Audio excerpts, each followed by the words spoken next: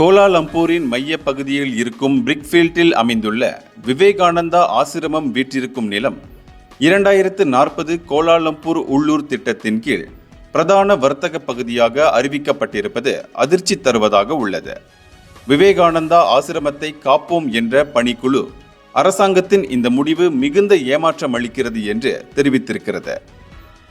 அந்த நிலம் பொதுமக்கள் வசதி இடமாக வரையறுக்கப்பட வேண்டும் என்ற தங்களின் கோரிக்கை நிராகரிக்கப்பட்டிருப்பதில் அப்பணிக்குழு ஏமாற்றமும் அதிர்ச்சியும் தெரிவித்தது. 2040 கோலாலம்பூர் உள்ளூர் திட்ட வரைவு மறு ஆய்வு செய்யப்படும் போது தங்களின் இந்த கோரிக்கையை பரிசீலிக்குமாறு அப்பணிக்குழு கேட்டுக்கொண்டது.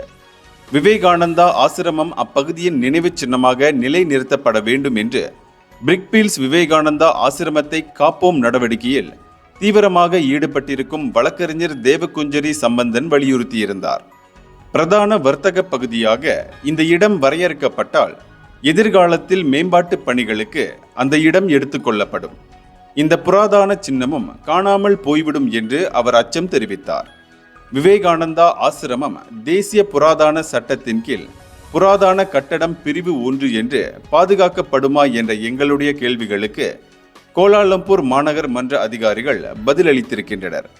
ஆனால் அப்பதில்கள் ஏற்றுக்கொள்ளும் வகையில் இல்லை என்று தேவகுஞ்சரி தெரிவித்தார்.